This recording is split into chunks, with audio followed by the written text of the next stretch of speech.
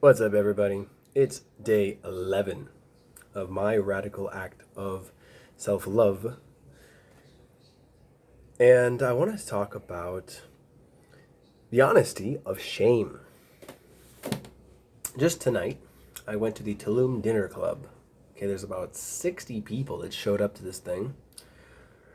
Really amazing that you can, in your own city, start a WhatsApp group, or if you're in the US and you don't know what WhatsApp is, can you do that? Texting group? And just have dinner be the focus. And every single week you meet people, throw them in the group, and you always go to a new restaurant, make friends. At one of those today, I met a few people. We started to get into like personal topics because I just bumped right into my own topic, like semen retention. I'm about that right now. And this woman says, "Yeah, I haven't met any real men. I haven't met any men who are like emotionally mature, that are willing to express their feelings." And so this conversation led into one topic to another, and I challenged everyone to get real with their emotions by playing a game. So I said, let's get a timer out. Would you be willing to play a game? Do you want to play mild, medium, or spicy level? Thanks to my brother Ricky Goodall for inspiring me with that cue. And she goes, spicy? So I say, great, okay. 1 minute timer, everybody. There's four of us. Share this sentence, answers again and again, and everybody will just listen to you for that 1 minute. What I don't want you to know about me is. One girl kind of goes, never mind, I don't want to play. I share as an example, what I don't want you to know about me is that I've been to prison in the Marine Corps. What I don't want you to know about me is that I want to look at your boobs. What I don't want you to know about me is, and I went on and on. The people that were with me, especially this one man, I'm telling in my head I don't want to give his personal information away. We're sharing such deep, vulnerable things that, your sexual history, your, family relationships that you feel shameful for, and the level of honesty that came out of these people was so raw that I felt honored, first of all, that they would trust me in this circle to go so deep. I imagine because I went so vulnerable so quick, they felt safe to do so. So that tags on top of yesterday's video of go first, right? And afterwards, I talked to this guy, and I was like, "Have you ever shared these stories with anybody?" He said, "Only with my half brother. Nobody else in the world has heard his stories of shame." And he was starting to shake a little bit. And I recognized that there's a vulnerability hangover that happens. If you share this much personal information, you can feel really scared that I shared too much. So I'm going to just go eat an ice cream and watch Netflix for 3 hours. Probably avoid the world for a few days. And not be very personal or intimate with people for a while. This is like documented by Brene Brown's work. So I acknowledged this with everyone and said, guys, I really appreciate how much that you shared, and I imagine this has made us all feel quite vulnerable. So I offer to contact each of you tomorrow and just check in. Just say, how's it going? And hear if there's anything you need for support that I could be of service for. And everybody was feeling really so connected. And that's, I farted. Everybody was really feeling so connected. At first, we were like, I don't know if we should do this. And so I gave context. And I said, the context of doing this game, like before we started, the idea of sharing what you feel shame for, that you normally hide, and you're like, I don't want anyone to know about this, is what actually keeps us trapped in our minds and distant from each other. It's why somebody could stand in the corner of the room and just hold their drink and wish someone would talk to them. Because we're afraid of saying the wrong thing or something that gets us rejected. So what if we could just say that first? Own that thing. And now nobody can diss us or reject us. We've just done it to ourselves. So there's only one way to go. It's going to create a very strong bond with you and other people because you'll think, wow, I'm not alone. I'm not the crazy one. We're all fucked up.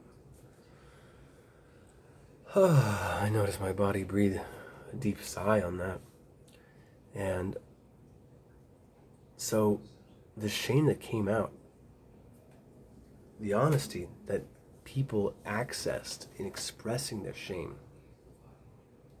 What am I trying to say here? This felt really powerful, what I just said. So I want to take a moment to feel that.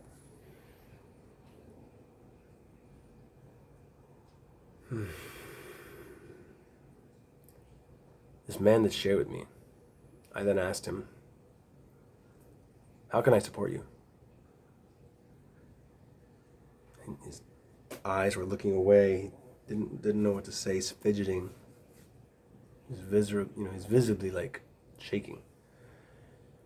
And he said, I don't know. I said, can I offer you some ideas? And he said, yeah. Okay, if I was you, I may want a hug. Maybe I want someone to just take 20 minutes and just be with me. Have a conversation. Maybe just asking the question, how can I support you, is enough for me to feel supported. Maybe I want us to have a phone call tomorrow, for you to call me tomorrow and just say, how you doing? These are a few ideas. Do any of these resonate with you? And he was like, I would love a hug. Boom, and he didn't let go. People that were standing around waiting to say goodbyes left, because we were there for a few minutes of just hugging. I feel so grateful for that. I could cry right now. I feel really vulnerable. Or not vulnerable. I feel vulnerable, yes, but I feel like it's tender. Like my heart feels really touched. Pew.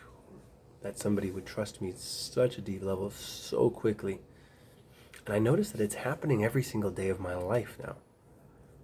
I think this work and how much I do for my clients is creating like a bubble that when people talk to me, we enter this bubble of feeling really safe, really quick. And I want to honor that with people. And how do I honor that? By checking on them. Just sending a message, how are you? By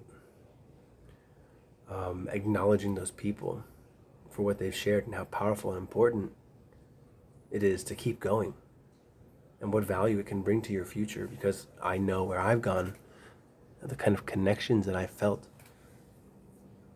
because of this work.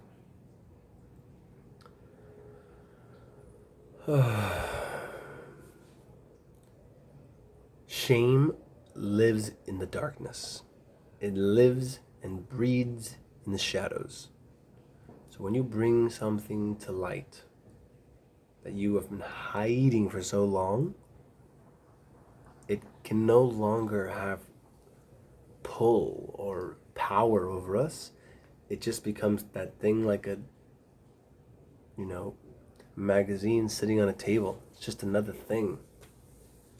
It's no longer a demon that's grabbing your energy in order to stay alive, and you're not pushing it down. You're just, there it goes.